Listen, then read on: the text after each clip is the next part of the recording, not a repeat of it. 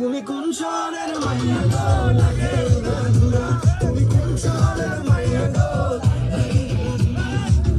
তোমার যে দেখলে পরে, তোমার যে দেখলে পরে পুরা মাথা ঘুরায় গো লাগে উড়াধুরা। রাজুদাকে সম্মাননা জানাচ্ছেন অশোকনগর ফুড জাংশনের পক্ষ থেকে সুস্মিতা দি। রাজুদা এক সেকেন্ড দাঁড়িয়ে যাও, পাবলিক ডিমান্ড তোমার ডায়লগ।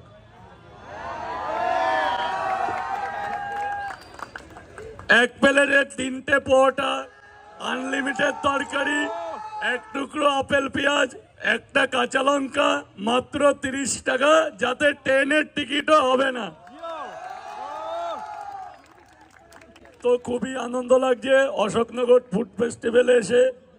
আমাদের মধ্যে উপস্থিত আছে আমেরিকান দাদা, আমাদের উজ্জ্বল দাদা, ল্যাতকোর আমাদের দামাত বড় দাদা, আরো নাম জানি না, পাঁচফোড়ন, আমার পায়েল দি, পায়েল ফুডি। তো ইতিমধ্যে যশোরে কিন্তু টিকটকারদের একটা মেলা বসছিল, আর সেটা হচ্ছে বিকে ফ্যাশনের উদ্বোধনী অনুষ্ঠানে।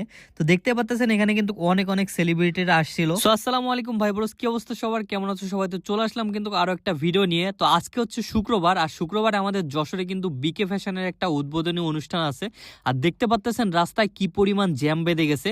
এদিকে দেখতে পাইলাম অলরেডি ড্রোন ফ্লাই চলতেছে, আর আমি এই ভিড়ের ভেতরে দাঁড়ায় আছি। মানে কে জানি আইছে, পরে জানতে পারলাম এই গাড়িতে নাকি বিকে লিটন ভাই আসছে। আর এদিকে আমি আর রিফাত বড় দাঁড়ায় আছি। পাশাপাশি দেখতে পেলাম এখানে কিন্তু আরো অনেক ভাই ব্রাদাররাই ছিল, আর এই হচ্ছে আরেকটা ভাই যার সাথে দেখা হয়ে গেল। তো যাই হোক, এরপরে দেখতে পাচ্ছেন অলরেডি ঠেলাঠেলি শুরু হয়ে গেছে। মানে